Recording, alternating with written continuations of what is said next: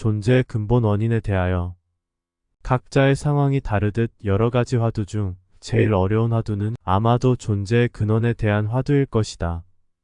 나는 누군가에서부터 시작하여 존재의 근본 원인에 대한 화두까지 화두 타파는 자신의 의식 경계를 무너뜨리고 기존 고정관념의 틀 밖으로 자신을 이끈다.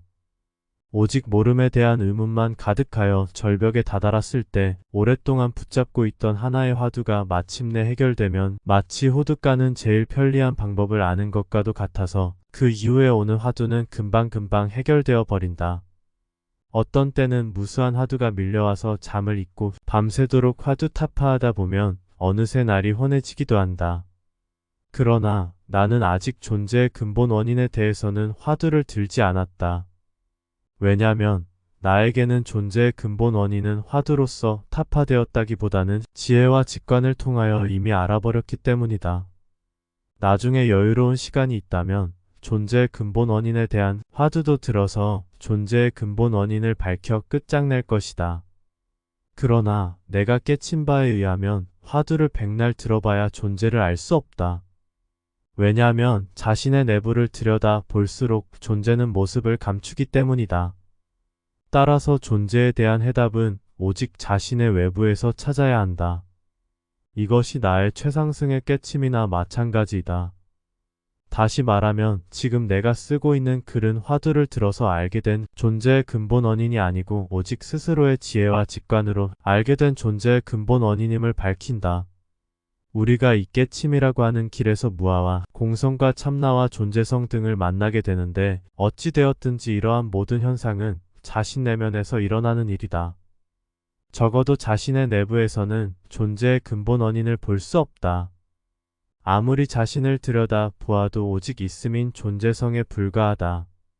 물론 존재성에 다다른 사람의 경우 훌륭하기는 하지만 자신이 만든 또 다른 환영이므로 존재는 모습을 드러내지 않는다. 존재성에서 고요히 지켜보는 현존하는 자신만 있고 나아가 나라고 하는 주체의 경계가 사라져서 온통 우주와 하나가 되어 모든 우주 만물 그 자체가 존재의 근본 원인이게 된다는 그러한 상태는 존재의 최후의 덫에 걸린 것이다. 즉 참나도 덫이고 무아도 덫이고 존재성마저도 존재의 마지막 덫이다. 결국 자신의 내부를 들여다보는 수행법을 통한 깨침만으로는 존재의 기막힌 속임수에 속고 있다는 것을 간파할 수 없게 된다. 존재의 궁극적 원인이 드러나는 촉건은 오직 단 한 가지밖에는 없다. 스스로 존재와 자신이 분리를 일으켜 존재 시스템이 드러나고 나아가 비존재가 드러날 때에만 존재는 모습을 드러낸다. 또한 자신 스스로 존재를 거부하고 비존재의 선택이 강력할수록 존재는 자신 존재의 속치마까지 들추어 적나라하게 보여주게 된다. 그러려면 존재 시스템의 4가지 기둥에 대한 확신이 있어야 한다. 윤회 법칙, 인과 법칙, 지구정원 배터리, 창조의 시나리오다. 이러한 존재의 4가지 큰 기둥들이 얽히고 설켜서 존재를 이루지만 존재의 근본 원인을 밝히는 것은 지구정원 배터리와 창조의 시나리오를 아는 것이 중요하다. 자신의 내부에서 나와 지구정원 배터리를 이해하지 못하면 존재가 드러나기란 불가능에 가깝게 된다. 즉, 자신이 존재하고 있는 지구라고 하는 물리적 구조물이 어떠한지 모른다면 우주 판타지에 갇혀서는 존재를 모르는 것은 당연한 것이 된다. 어항 속에서 생존 본능을 향하여 끝없이 헤엄치는 물고기가 보인다면 그 물고기가 자신임을 무릎을 탁 치며 알게 될 때 무아 이상의 깨침이 온 것이다.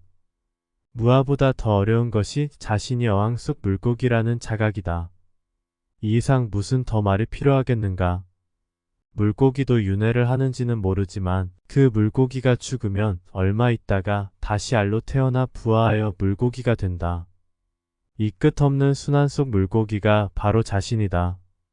이런 시스템에 놓여졌다는 것은 거대한 시스템이 작동하고 있다는 것이고 시스템이 있다면 시스템을 만든 자가 있다는 것이다.